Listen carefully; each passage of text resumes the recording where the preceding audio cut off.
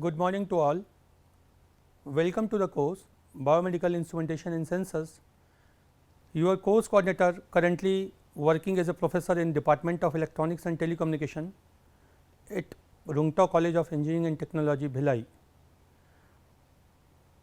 I am Dr. Pankaj Mishra. Now, here we will discuss about signal conditioning and filtering circuit. Now, what is signal conditioning? Many transducer signals must be conditioned in some way before data acquisition system, board or measurement system can accurately acquire the signal. In addition, many transducer require excitation, currents or voltages, Wheatstone bridge completion and linearization to allow accurate measurement of the required signal. Therefore, most PC based data education system include some form of signal conditioning equipment. In electronics, signal conditioning means manipulating an analog signals in such a way that it meets the requirements of the next stage for further processing. Most common use in analog to digital converters.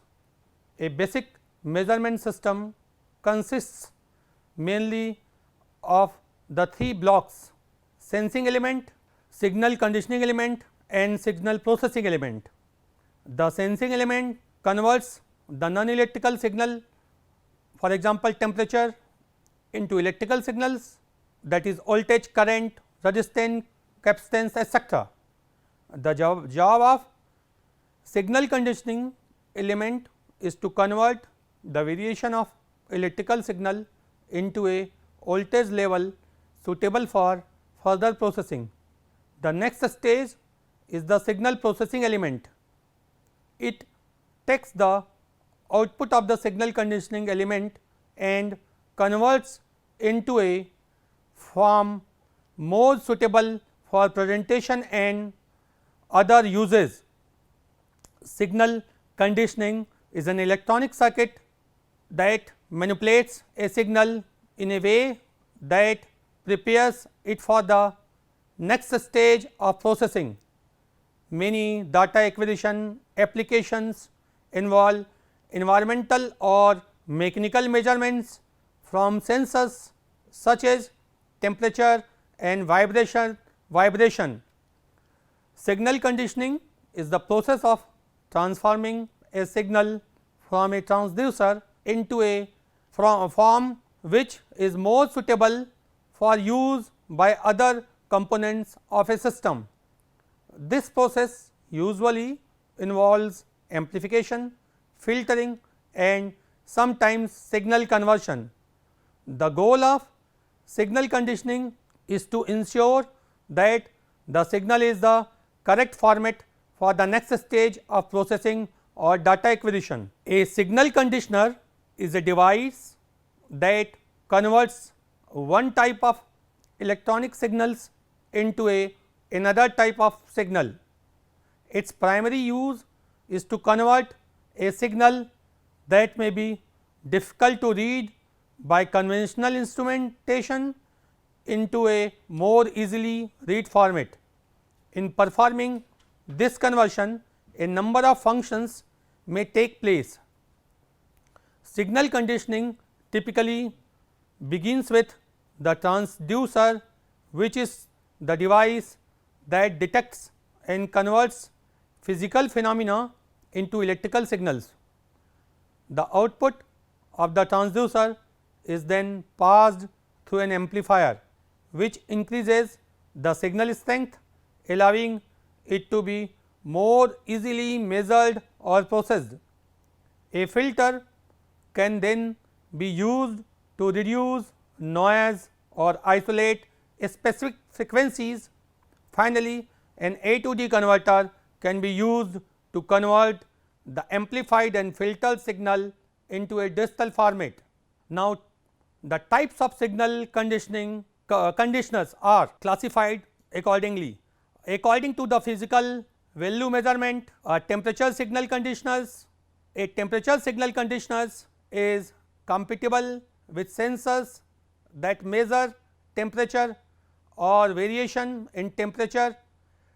Temperature signal conditioners are used to amplify the analog signals produced by temperature sensors to filter out noise and to push the signal forward for further analysis and display. Now, next one is the pressure sensor signal conditioner. A pressure sensor signal conditioner is compatible with sensors that measure pressure. Pressure sensors work by monitoring the strain or stress experienced by a bridge. The pressure signal conditioner excites the bridge by providing constant voltage and amplifying the output signals. The output of the pressure sensors varies in millivolt along with high common mode signals. The pressure sensor signal conditioner eliminates common mode signals while retaining pressure variation values. Next one is load cell or strain signal conditioners. Load cells or strain gauges measure force on a device in either tension or compression, and they produce output in the range of low DC millivolts. The load cell signal conditioner is necessary to pick up these small variations to ensure accurate measurement and amplify the signal to the approximate data acquisition device. Load cells along with strain gauges also require excitation voltage in the range of 2.5 volt to 10 volt, and this is achieved using a signal conditioner. LVDT signal conditioner, linear variable differential transformer, or LVDTs measure the position of a subject. A sinusoidal excitation wave between 400 kilohertz and 10 kilohertz is required to excite the LVDT sensors. The output is then passed through a low pass filter to ensure that the noise levels are kept to a minimum. The final signal sent by the signal conditioner is easy to recognize for digital reading devices which within the data acquisition system. Torque signal conditioners follow the suit of the load and pressure signal conditioners, as it can produce low or high output voltage based on excitation voltage of the sensors. Then next one is the DC and AC signal conditioner. DC signal conditioning is usually required to either convert or amplify a DC current or voltage signals and is required to reject signal noise, which is done by filtering the input. AC signal conditioners are used to accept AC current or voltage signals and convert them to DC current or voltage signals that are appropriate for instrumentation. Next is frequency signal conditioner. Frequency signal conditioners allow for a variety of different sensors that produce frequency outputs that are converted to a usable analog DC output signals that can be easily measured using popular measurement devices. Now, another types of classification is types of signal conditioner according to feature. First one is universal signal conditioner. A universal signal conditioner is a device that can be programmed for multiple combinations of input or input output configurations accepting current, voltage, thermocouple, RTD and potentiometer and linear resistance signals. The device makes it easy to connect the most common sensors without requiring a separate signals conditioner for each. Universal signal conditioner come with a programmable module that allows configuring for a specific input or output requirement. Next one is multi-channel signal conditioners. A multi-channel signal conditioner is a similar to a universal signal conditioner, but while a universal signal conditioner allows for only one input and one output, a multi-channel signal conditioner will have two more input or output options. Next one is isolated signal conditioner. Isolated signal conditioners are often useful in applications where the signals from the source to be measuring device are required to be transferred to be transmitted without a physical connection. Isolators are also prevent undesirable ground loop currents and protect the control system from transients and electrical noise produced due to unpredictable field condition. Then signal conditioner splitter. A signal conditioner splitter accepts one input signals and splits the output into two identical signals through two separate channels. These channels are isolated from each other and work independently. The isolator further helps in preventing ground loops and transient signals. These devices are useful in applications that require output measurement at two different areas from a single repeater base unit. The steps in signal conditioning and data acquisitions are listed below. First one is amplification, then linearization and cold junction compensation, filtering, sampling and digital conversion, isolation and data acquisition. Now, first one is amplification. In amplification, here we will deal about explanation of amplification, a role in increasing signal strength,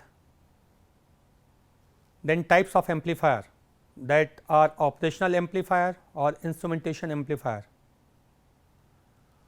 Now, signal conditioners can amplify the incoming signals values that are easily detected by data acquisition system. Amplification to higher values also helps separate and remove noise without disturbing the original data from the sensor. The amount of amplification level depends on the gain values of the signal conditioner. Explanation of amplification.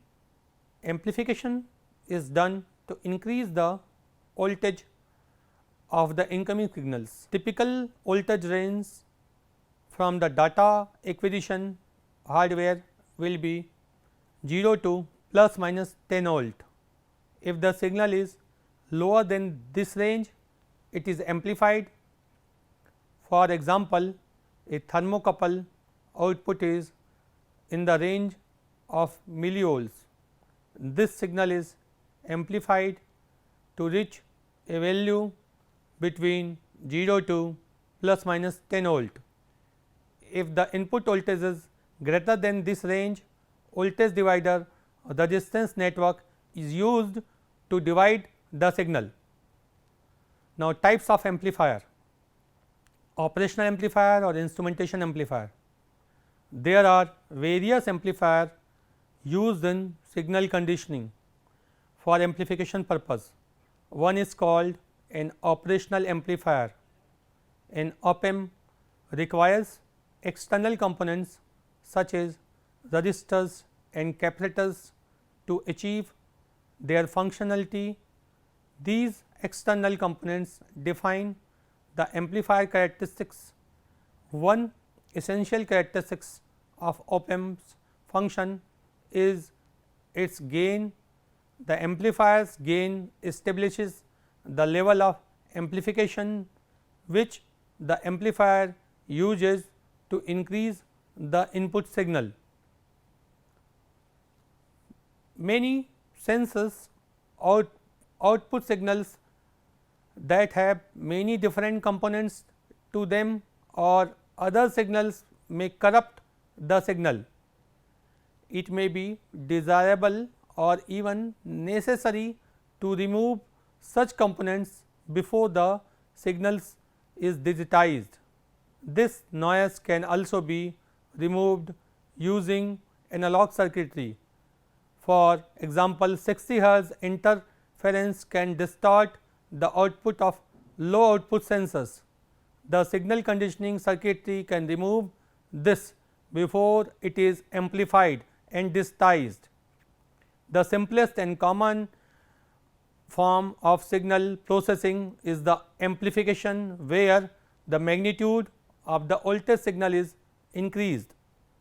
Other form of signal processing include inversion, addition, subtraction, comparison, differentiation and integration. The operational amplifier is an integrated circuit that can perform these operations. Accordingly, in the remaining part of the section, simple circuit models of the operational amplifier will be introduced. The simplicity of the models will permit the use of the op-amp as a circuit element or building block without the need to describe its internal working in detail. For the purpose of many instrumentation application, the op-amp can be treated as an ideal device. Now, operational amplifier. Operational amplifiers are the basic elements of many signal conditioning modules. Generally, the op-amp has the following properties: gain, the gain is ideally infinite, being the order of greater than 1 lakh. The input resistance is ideally infinite, output resistance ideally 0, and practically it is in between 20 to 100 ohm. CMRR, common mode rejection ratio, is infinite, slew rate is infinite. Now, ideally the op-amp amplifies only the difference in voltage between the two inputs, which is called the differential input voltage. The output voltage of the op-amp is V naught is equal to AOL in bracket V plus minus V minus bracket close, where AOL is the open loop gain of the amplifier. Term is open loop, refers the term open loop. AOL means open loop, that is open loop refers in the absence of feedback loop from the output to the input. V plus is the voltage at non inverting terminal, V minus is the voltage at inverting terminal. Now, next come to the inverting amplifier.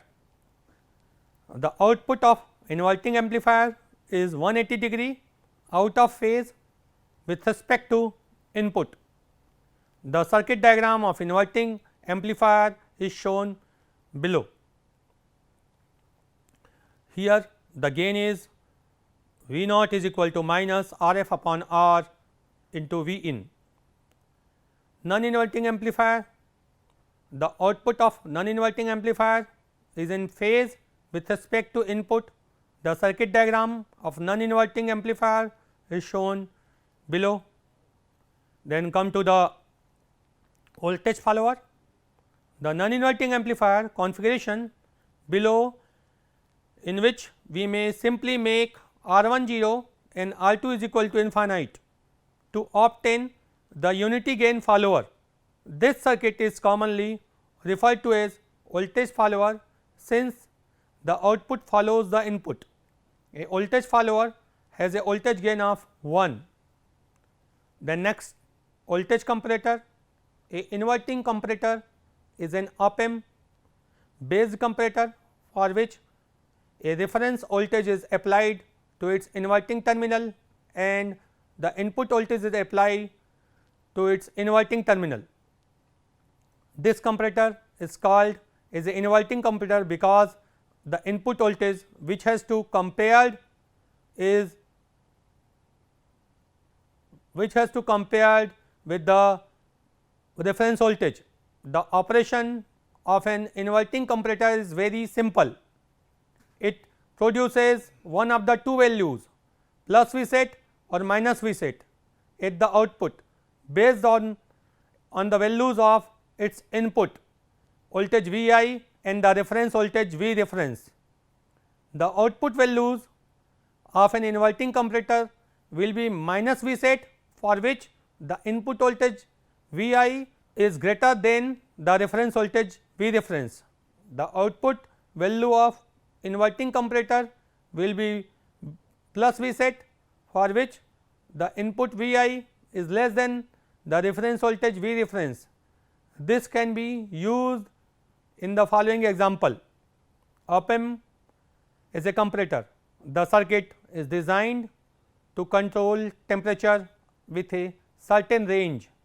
When the temperature is below certain value, the thermistor R1 is more than R2 and the bridge is out of balance. It gives an output at its lower saturation limit, which keeps the transistor off. When the temperature rises and R1 falls, the op-amp switch to positive saturation value and the switch the transistor on. Op-amp circuit configuration. Summing amplifier. Each input resistor contributes to the current. Now, output for 3 inputs, the output is sum of 3 inputs or average of 3 inputs, that is the summing amplifier. Now, differential amplifier.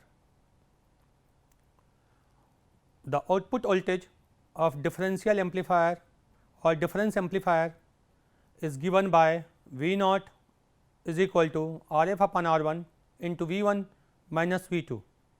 If we substitute R f is equal to R 1 is equal to R in the above equation, then we get V naught is equal to V 1 minus V 2 and difference amplifier gets transformed into a subtractor.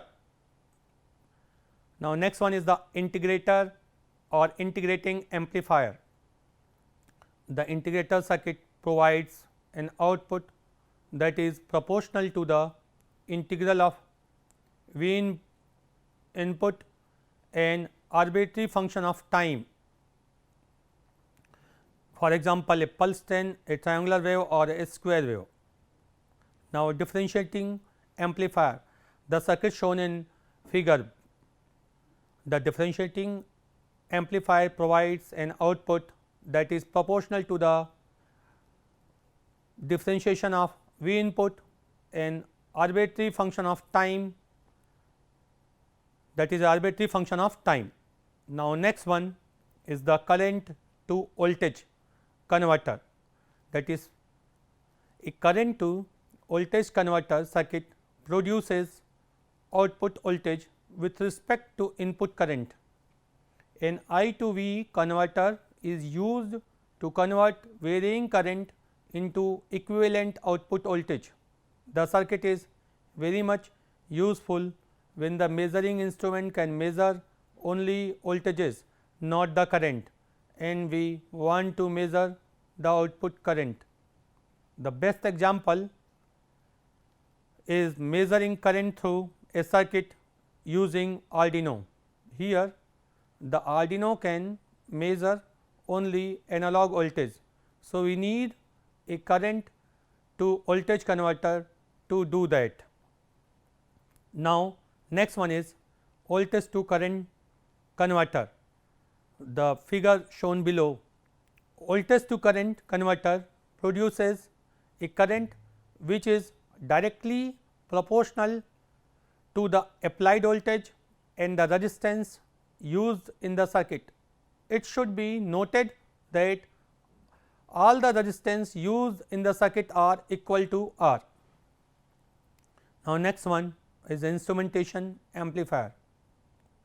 When the input signals are very low level and also have noise, the difference amplifier is not able to extract a satisfactory difference signal.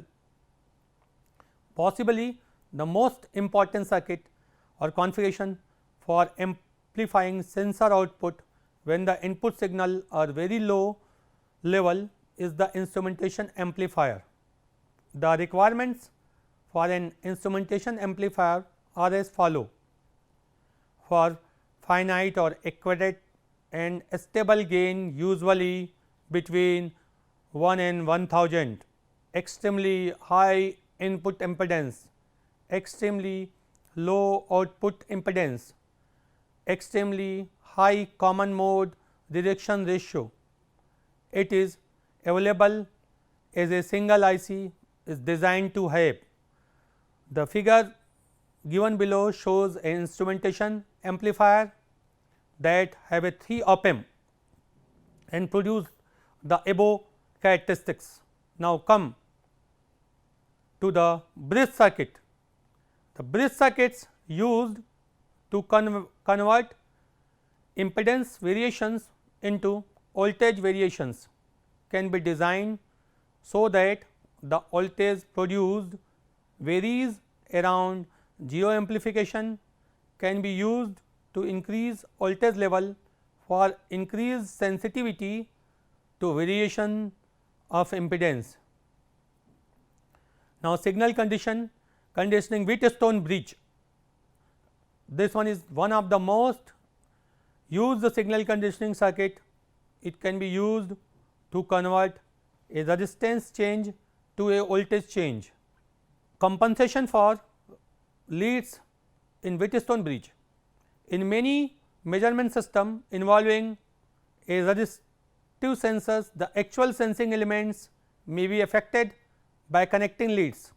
So, to compensate for such effects, Wheatstone bridge may be used as arranged in the figure, connecting lead 1 to R3, lead 3 to R1, that is sensor, and so if R1 is equal to R3 and of the same size and type, the leads effect can be cancelled out. Now, come to the next topic, that is signal conditioning filtering. Filtering is the process of removing a certain band of frequencies from a signal and permitting others to be transmitted.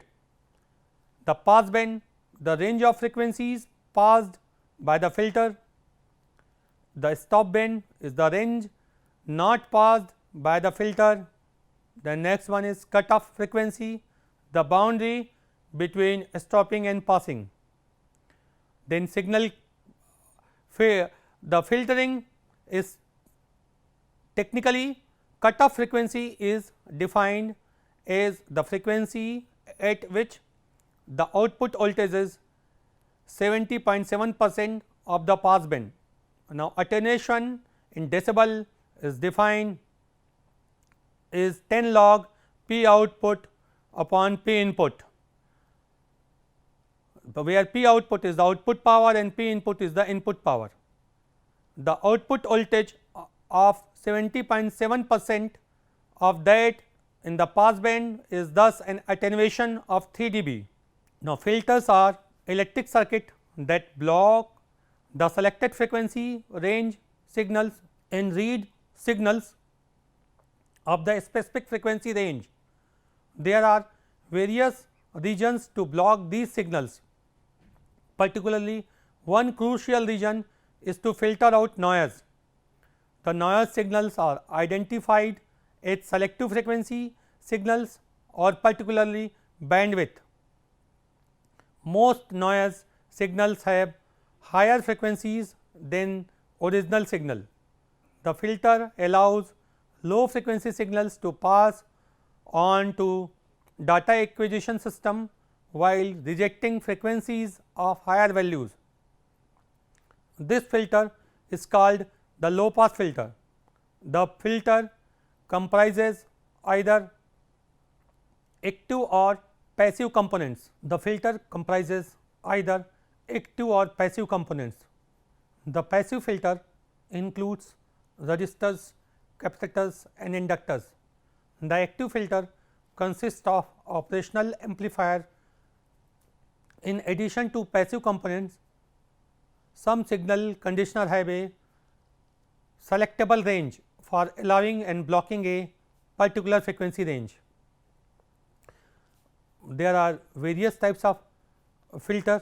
First one is low pass filter that attenuates high frequencies, high pass filter attenuates low frequency, band pass filter attenuates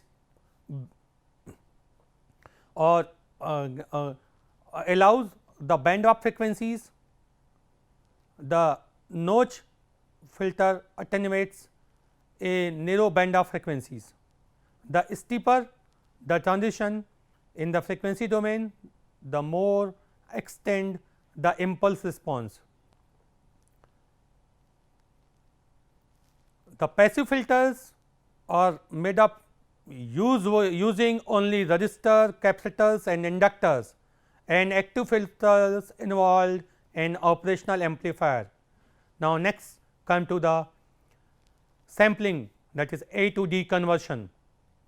In A to D converts or A to D converter converts an analog signal to a discrete time and discrete amplitude digital signal. Sampling rate determines the bandwidth of the digital signal produced by the ADC. Steps in ADC conversions are anti-aliasing filter, sampling and quantization. The quantized output is digitally coded. Performance of an ADC is measured by using parameters such as SNR, that is signal to noise ratio, and bandwidth.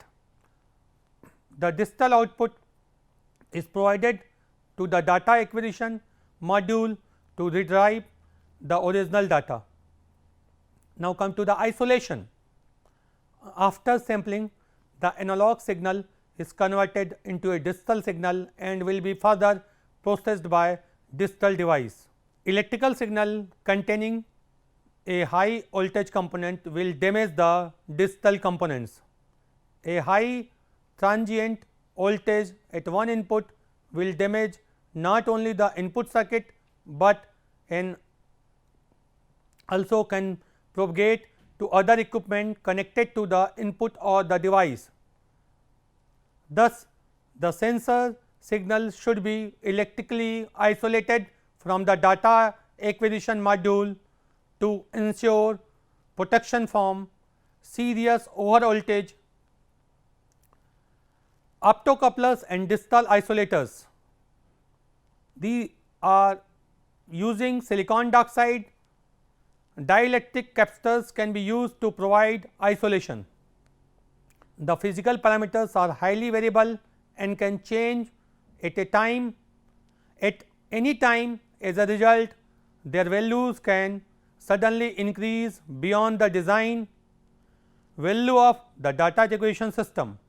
This sudden increase is called the spikes, are not beneficial for the input circuitry and can damage the electronic component.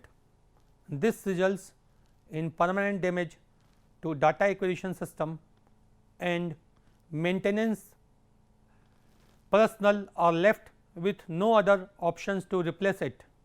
To tackle the problem of spikes, signal conditioner can also act as an isolator. It isolates the input signals from the circuitry. The input signals is first fed to the isolator, which safely transfers the signal to its next stage. Example of isolator signal conditioner is opto-isolator and pulse transformer. Isolators are also helpful in cancelling common voltage errors typically caused by improper grounding. Now, signal condition protection. Normally, protection is provided against high current and high voltage which may damage the important components. Examples of protection in mechatronics: series resistor to limit line current, fuse to break if the current does exceed a safe level, Zener diode circuit to protect against high voltage and wrong polarity, opto isolator to isolate circuit completely. Now, protection: Zener diode operate in the breakdown region. Zener diode have a specified voltage drop when they are used in reverse bias. So, normally used for voltage regulation in reverse bias. Zener has the ability to maintain a nearly constant voltage under conditions of widely varying current. Now, the Zener diode characteristics: when the reverse voltage VR is increased, the leakage current remains essentially constant until the breakdown voltage Vz is reached.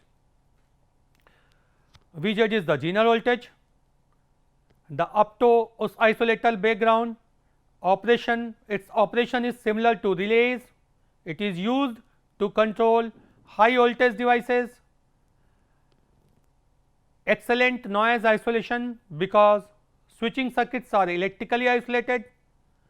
Coupling of two systems with transmission of photons eliminates the need of a common ground. Real world application: first one is biomedical signal conditioning, industrial process control, communication system, automotive application. So, these are the applications of signal conditioning circuits. Now, conclusion for signal conditioning: signal conditioning is thus an integral part of devices with analog input and digital processing unit. Most sensors require a signal conditioning circuit designed to process their input into a linear voltage that can be measured by a digital data acquisition circuit. Low power input shall be amplified and filtered to weed out noise, and thus signal conditioning systems effectively increase the accuracy of the data estimated. Thank you.